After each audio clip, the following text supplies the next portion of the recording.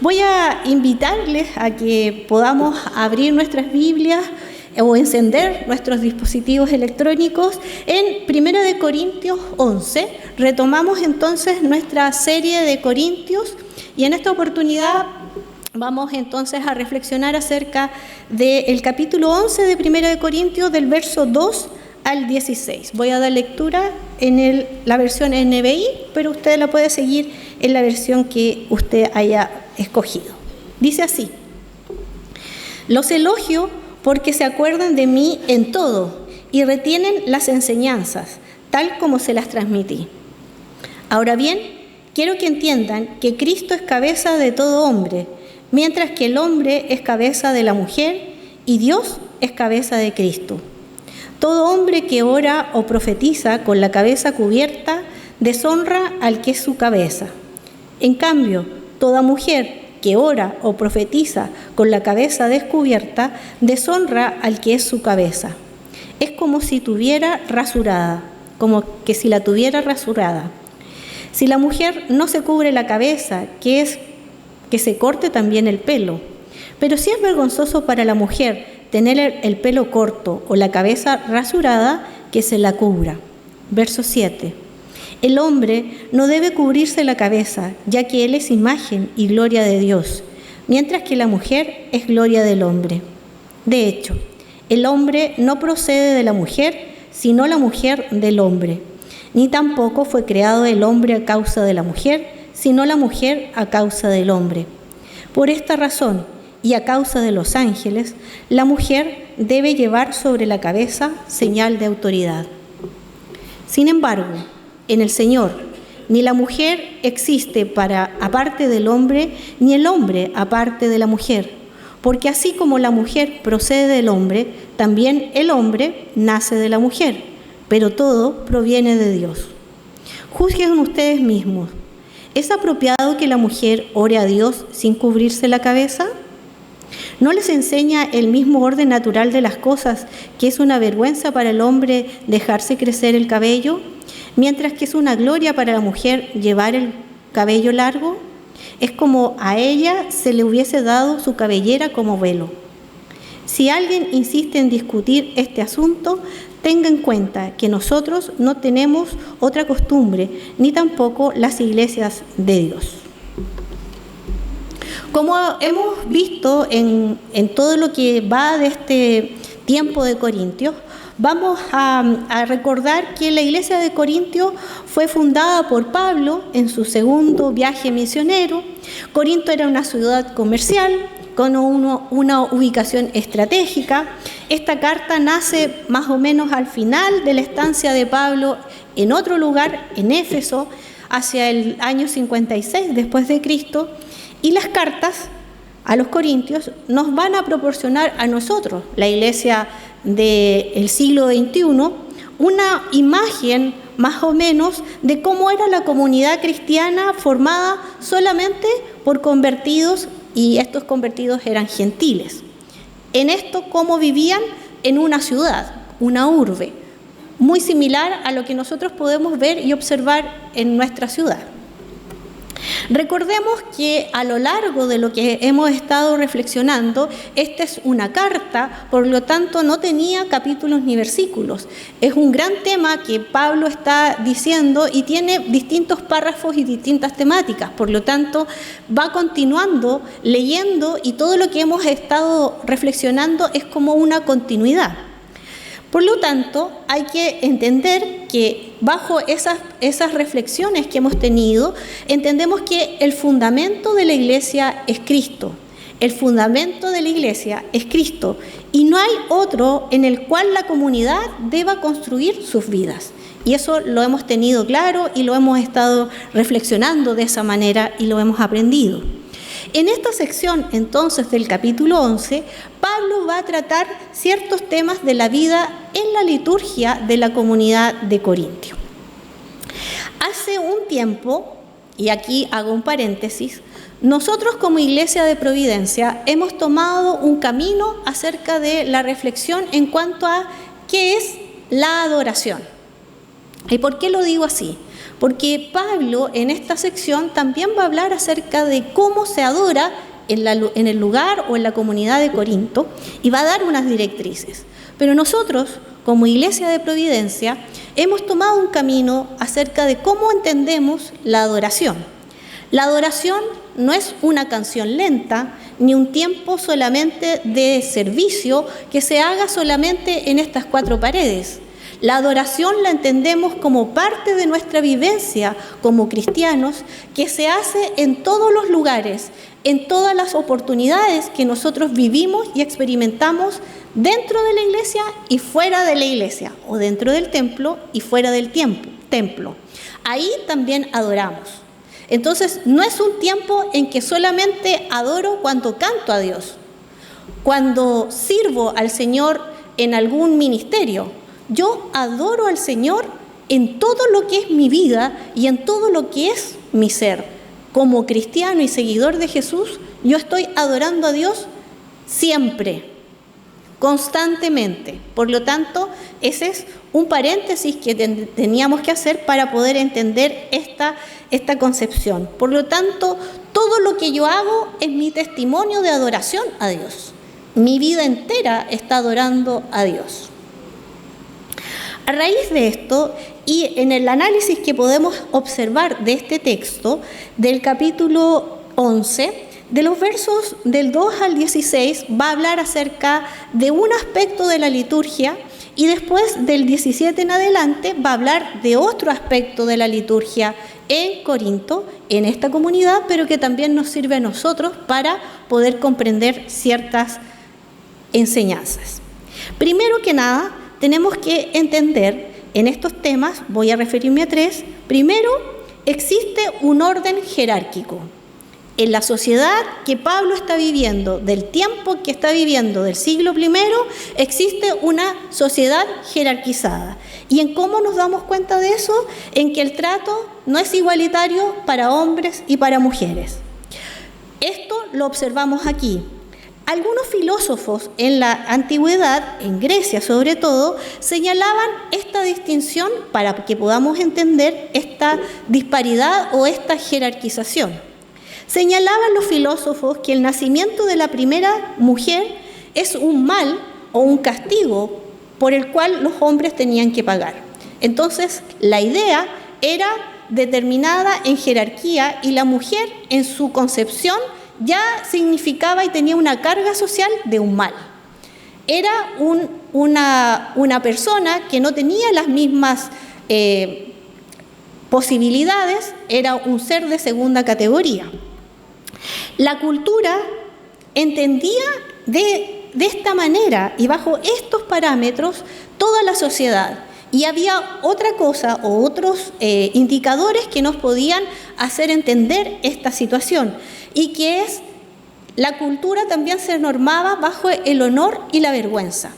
Y la mujer era depositaria del honor de la familia, del honor del grupo o de la tribu. Por lo tanto, el honor recaía en la mujer. Si una mujer tenía ciertas actitudes de deshonra, no solamente afectaba a ella, sino que afectaba a toda su casa, toda su tribu, toda su familia.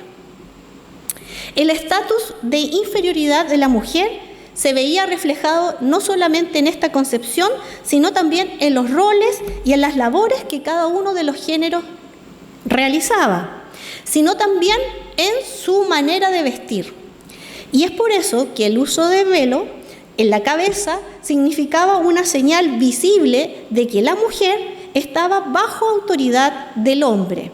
Y esto era, en este sentido, no solamente el hombre como esposo, sino que cuando no estaba casada era el padre el que tenía autoridad sobre la mujer, y si en alguna eventualidad el padre o el esposo moría, era el hermano. Siempre había un hombre que tenía autoridad sobre la mujer, y esto en concepción de las mujeres en cierta medida más protegidas por el sistema económico. Pero si una mujer quedaba viuda o que no tenía marido y era pobre, tenía menos posibilidades de tener acceso a ciertas situaciones o vivencias para sostener a su familia. Bajo este contexto cultural, Pablo está interpretando Génesis 1, que nosotros lo podemos observar en este argumento creacional en el que dice, de hecho, el hombre no procede de la mujer, sino la mujer del hombre, verso 8. Ni tampoco fue creado el hombre a causa de la mujer, sino la mujer a causa del hombre. Ahí vemos cómo Pablo está interpretando Génesis 1 bajo su concepción de jerarquías, bajo su concepción de esta sociedad en la cual se enmarca su vida como persona. También hay que entender que Pablo no solamente interpreta este argumento creacional de Génesis 1 bajo la perspectiva de la cultura griega, sino que también está de acuerdo a lo que estipula el judaísmo. Y es que en el judaísmo se siempre concibió a la mujer como un ser de segundo orden. Y miren qué interesante, y a lo mejor ustedes no se habían dado cuenta, yo tampoco, por eso lo digo. Cuando vemos que en el Antiguo Testamento y en la Torá, en este Pentateuco, la alianza se forma como una alianza entre el ser humano y Dios, ahí está una señal visible. Y esa señal visible de la alianza como pacto de Dios es entregada al varón en un acto que es la circuncisión. Porque es la cabeza, la jerarquía, y es él el que en él reposa y él es visible este pacto. Pero nos damos cuenta que la mujer no tiene una prueba visible de este pacto. Como es una mujer, como es una persona de segunda categoría, tampoco está dentro de lo que es la religión judía. Dentro de lo que nosotros entendemos como judaísmo, tampoco vemos a la mujer relacionándose de una manera interesantemente distinta al hombre, y tiene roles distintos. ¿Cómo digo esto? Siempre la mujer, o en la cultura griega o en la religión judía, era de segunda categoría y quedaba fuera, relegada. Para nosotros, hoy día, en el siglo XXI, este orden del primer siglo, este orden jerárquico, no es real. Y nos damos cuenta de aquello. Esto de que el hombre es la cabeza de todo, hoy día no es verdad y no es así. A lo largo del tiempo, en nuestra sociedad occidental, ha ido avanzando en un trato igualitario para hombres y para mujeres. Y tenemos las mismas condiciones en la sociedad y en la cultura para ejercer labores, llevar nuestra vida, tener ciertas igualdad de condiciones en todo lo que significa movernos dentro de la sociedad. Hoy día la mujer se puede mover sin problemas en el espacio público, puede hablar, puede desenvolverse, puede tomar un taxi, puede caminar sola en la calle sin la compañía de un varón. Antes, en la jerarquía, eso no podía ser así. Habían ciertas situaciones y códigos que no se podían, y por esto de la mujer depositaria del honor, se cuidaba a la mujer en todo ese sentido, porque si perdía la virginidad, el honor de la familia, esto era un descalabro para todo el grupo familiar. Por lo tanto, este trato de Dios y este trato igualitario en la sociedad ha avanzado. Estamos al debe en muchas cosas, pero vamos avanzando en esta igualdad de condiciones en la sociedad para hombres y para mujeres. Y en nuestra manera de cristianismo y en nuestra manera de ser cristianos hoy día en el siglo XXI, también nuestro trato está siendo igualitario para los hermanos y para las hermanas. Todas tenemos las mismas condiciones, todas las podemos tener acceso a todo lo que es el templo y el servicio litúrgico. Entonces, preguntarnos, ¿sirve hoy en día que la mujer o el hombre se cubra la cabeza para orar? No nos sirve. No nos sirve de nada, porque entendemos que el Señor ha sido para nosotros y ha muerto para nosotros de la misma manera que para el hombre. En igualdad de condiciones estamos todos y todas nos enfrentamos a Dios en igualdad de condiciones. Con esto nos damos cuenta que el elemento cultural no lo podemos traspasar literalmente de un siglo a otro o de una cultura a otra. Y esto en nuestra sociedad es algo, sería como extraño que yo me pusiera un velo hoy día para hablarles a ustedes y predicar, o que mis hermanas o ustedes, los hombres, se colocaran algo en la cabeza, o fíjense en esto, los hombres y las mujeres podemos tener el pelo largo o corto como a nosotros nos parezca, y podemos entrar sin problemas al templo. En esta situación, el hombre que se dejaba el pelo largo era deshonroso, y la mujer que se cortaba el pelo era deshonroso. Hoy día esos elementos culturales no nos afectan en nuestra manera de relacionarnos con Dios y relacionarnos como nosotros mismos en la iglesia. Como también existen otros parámetros en nuestra sociedad en cuanto a el honor y la vergüenza. En el siglo I, honor y vergüenza se explicaba y se entendía de una manera que hoy en día, en el siglo XXI, honor y vergüenza son otras cosas. Fíjense en esto, y es interesante porque en algún momento los cristianos nos quedamos detenidos en esto del velo de la mujer, del pelo corto del hombre, y nos detuvimos ahí, pero no seguimos avanzando en el sin embargo que dice Pablo en el verso 11. Sin embargo, en el Señor ni la mujer existe aparte del hombre, ni el hombre aparte de la mujer, porque así como la mujer procede del hombre, también el hombre nace de la mujer, pero todo proviene de Dios. La jerarquía o la comprensión que tenía Pablo en los versículos anteriores, en estos dos versículos como que los deja de igual manera. Si bien el versículo no está hablando y el texto no está hablando solo a las mujeres, sino que también a los hombres, a los dos les dice que los dos proceden de Dios. Por lo tanto, el tema de jerarquización en la iglesia se nivela. Y Pablo le dice, los dos proceden de Dios, porque los dos vienen de Dios. Porque como la mujer procede del hombre, también el hombre nace de la mujer. Todos nacemos de mujer, hombres y mujeres. Es interesante. Y esto lo decía también en el primer servicio. Es como el dicho que tenemos también muy popular que dice, ¿qué es primero, el huevo o la gallina? Aquí también es como algo similar. ¿Qué es más importante, el hombre o la mujer? Los dos son importantes. Pablo dice, los dos proceden de Dios. No es porque el hombre sea cabeza y la mujer valga menos. No, porque todos nacemos de mujer. Entonces, esta jerarquización no tiene sentido, dice Pablo. Todos nacemos de Dios, todos procedemos de Dios y nos iguala en condiciones, nos iguala en nuestra percepción.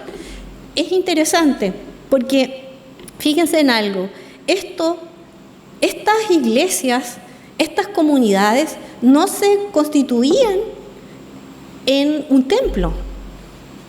Las comunidades de la iglesia primitiva eran en casas. El espacio doméstico era un espacio de las mujeres. Las mujeres tenían libertades que en otros lugares de la sociedad no tenían, pero que en la iglesia, cuando se constituían en iglesia, cuando realizaban el culto, estaban en igualdad de condiciones. Y Pablo trata de entender y de también delimitar esta situación. Y es muy interesante ver cómo se concibe la iglesia en este momento, en la casa. Entendemos que el lugar público, el lugar del hombre era en lo público. Las mujeres no tenían lugar en el espacio público, pero sí lo tenían en la casa. Qué interesante. La iglesia en casas, siendo las mujeres parte de este culto, parte de esta reflexión, parte del servicio a Dios. Anular esta condición y anular esto de desaparecer los roles y géneros y jerarquía de géneros en la iglesia es interesante que Pablo los iguala, pero a lo largo del tiempo, el cristianismo, de alguna manera, ha tratado y ha vuelto a catalogar el servicio de la mujer de menor rango, de segunda categoría. Y eso ha sido una situación o una idea o una propuesta recurrente que el cristianismo ha tenido. Y si bien nosotros lo vemos que el mismo Pablo iguala la igualdad de condiciones en el culto. Pero en el cristianismo primitivo varias veces se intenta y se ha intentado y siguen intentándose esta relegación o esta opción de la mujer tiene que hacer esto y el hombre tiene que hacer esto en las iglesias, en el culto. El segundo tema está muy interesante en el verso 16.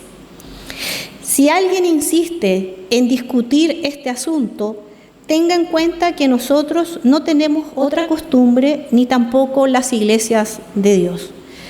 Insiste en discutir, este tema era candente, provocaba conflictos en la iglesia de Corinto.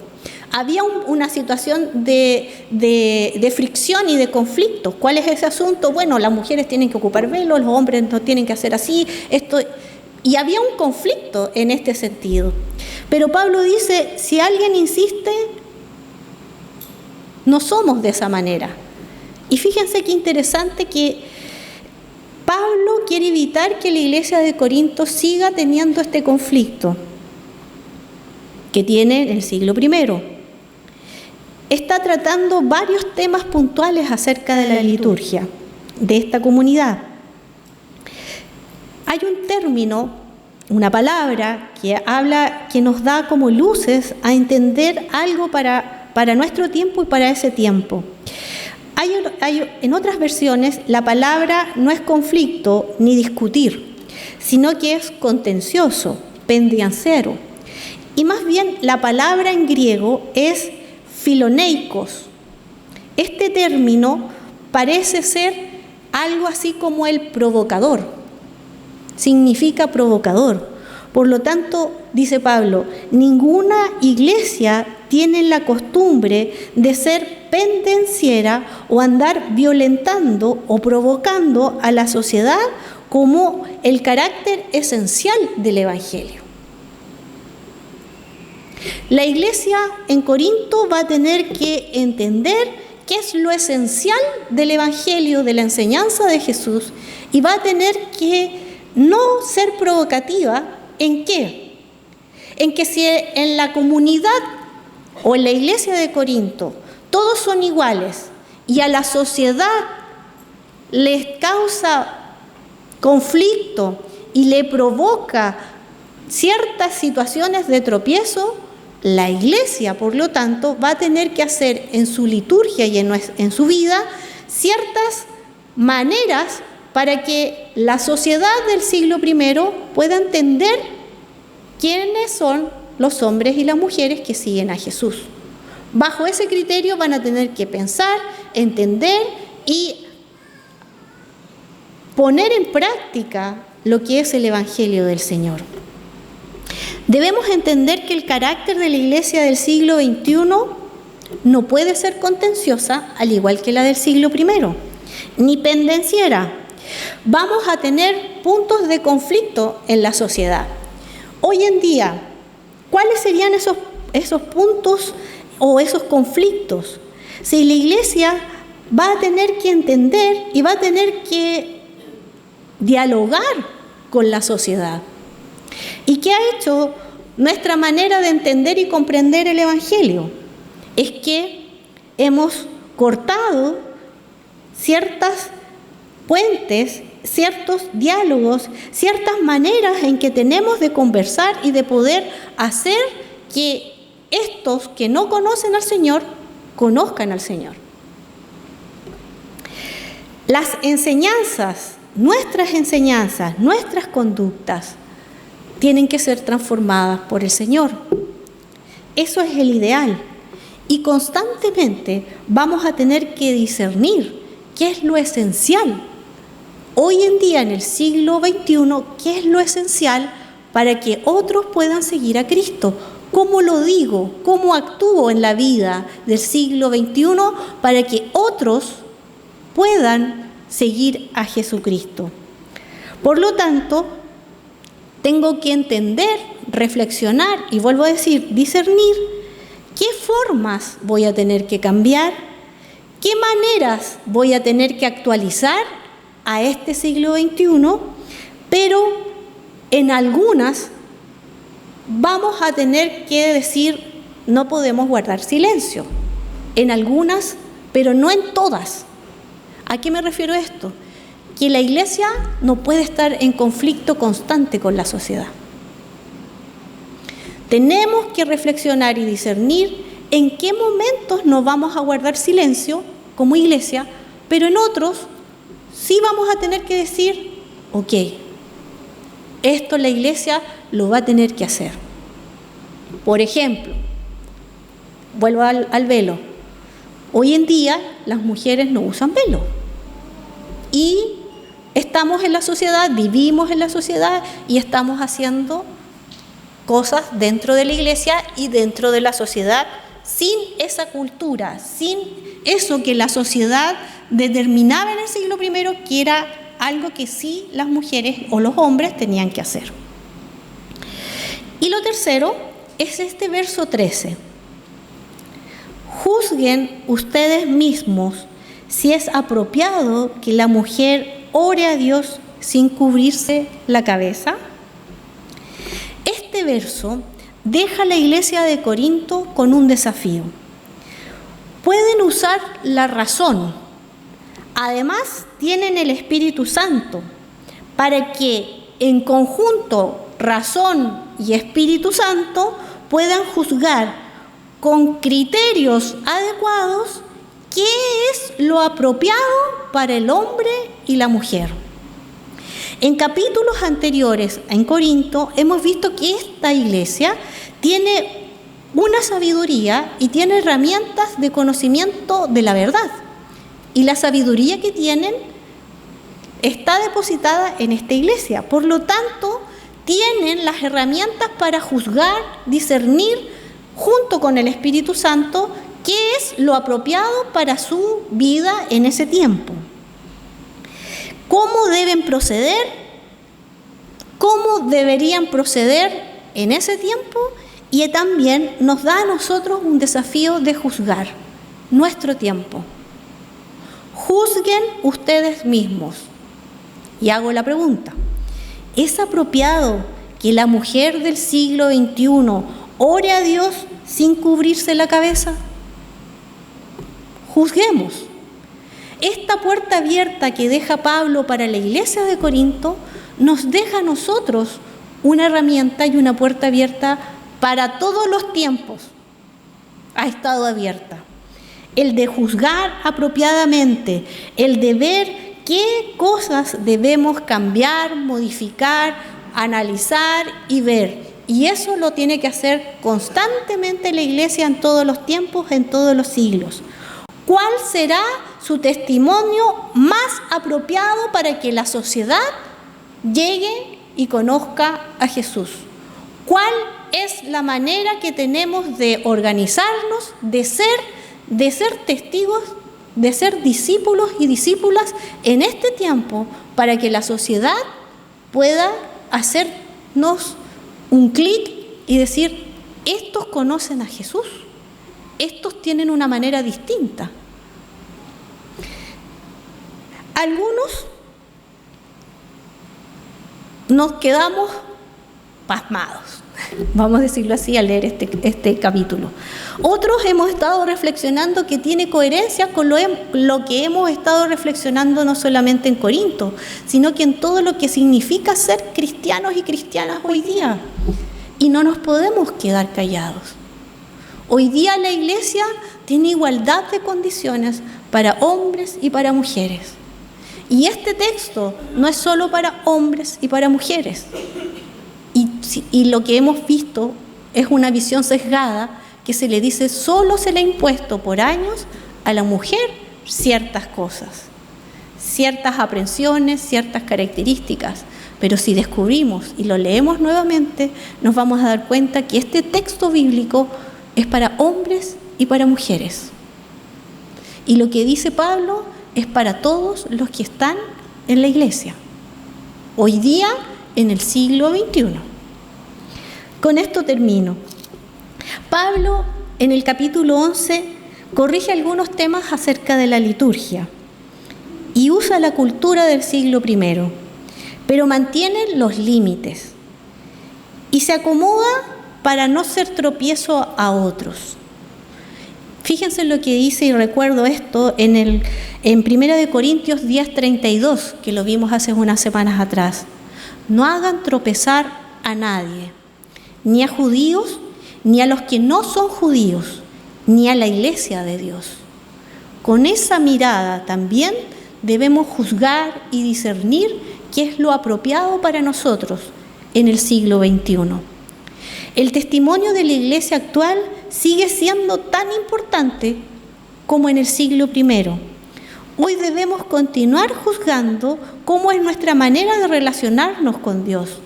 Y no podemos negar que hay elementos culturales que hemos adoptado en nuestras liturgias y en nuestra manera de ser testigos de Cristo. Pero recordemos que nuestra adoración a Dios no solo se visualiza en nuestras cuatro paredes. Estamos tan preocupados de que el mundo no nos afecte, y entre comillas, ese comilla es no nos contaminemos, que hemos estado cerrando las puertas de acercamiento y diálogos que son muy necesarios en la sociedad, que son nuestro testimonio, y que muchas veces nuestra manera de relacionarnos con la sociedad y nuestro testimonio de Cristo se ha vuelto pendenciero contra la sociedad, contra el mundo. Actualmente, la sociedad se escandaliza de nosotros como iglesia cuando no tratamos de manera igual al hombre y la mujer, cuando no tratamos a los niños y niñas de una manera respetuosa, cuando no tratamos de la misma manera a los ancianos y ancianas. La sociedad se escandaliza de la iglesia. Se escandaliza cuando no nos preocupamos del medio ambiente, cuando estamos pensando en otra cosa. Todas esas cosas escandalizan a la sociedad y no son un buen testimonio si nosotros los cristianos no nos preocupamos. Y solo esto es algunas cosas, porque hay otras cosas que podemos ir juzgando, reflexionando. El llamado que nos hace Pablo es a examinar nuestra manera de adorar y a testificar en medio de la sociedad, juzgándonos a nosotros mismos cuándo y cómo debemos afectar al mundo y cuándo no debemos afectarlo. ¿Cuál es nuestra costumbre como iglesia que deberíamos revisar? ¿A quién estamos sometidos actualmente nosotros, la iglesia del siglo XXI? ¿Quién es nuestra autoridad bajo sujeción? Si nuestra respuesta es Dios, entonces hay un estilo de vida que debe ser y que debe dar evidencias. No es pendenciero, no hace tropezar a nadie, constantemente revisa su testimonio y su trato a los demás en las distintas edades del ser humano. La iglesia está dentro de la sociedad y no es una burbuja de cristal que nos separe y que nos ayude a no contaminarnos. Todo lo contrario, Pablo dice, debemos estar, debemos ir. Que el Señor nos ayude entonces a salir de esa burbuja, que el Señor nos ayude a seguir tendiendo esos puentes y en ese trato que hombres y mujeres hoy en día tenemos en la sociedad, también lo tengamos en las iglesias, también estén en las familias, también estén en los hogares, porque existe algo que es importante en nuestra manera de concebir cómo somos cristianos. No vamos a hacer tropezar a nadie por nuestras conductas, ni a judíos, ni a no judíos, ni a la iglesia del Señor. Oremos. Padre amado, Tú eres digno de toda honra y de todo honor. Tú eres nuestra autoridad. A ti nos sujetamos hombres y mujeres de distintas edades, en distintos niveles de la sociedad. Tú eres nuestro Dios. A ti, Señor, rendimos y tú eres el que nos respalda. Tú eres el que está a nuestro lado. ¿Cómo entendemos, Señor? Si te tenemos a ti, tenemos todo.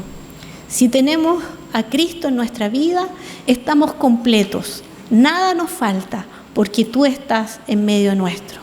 Te pedimos, te suplicamos, Señor, que sigas transformando nuestra vida, que sigas, Señor, a través de tu Espíritu Santo, convenciéndonos, Señor, en todo lo que debemos juzgar, en todo lo que debemos discernir, en todo lo que significa nuestro testimonio dentro de estas cuatro paredes, pero también fuera.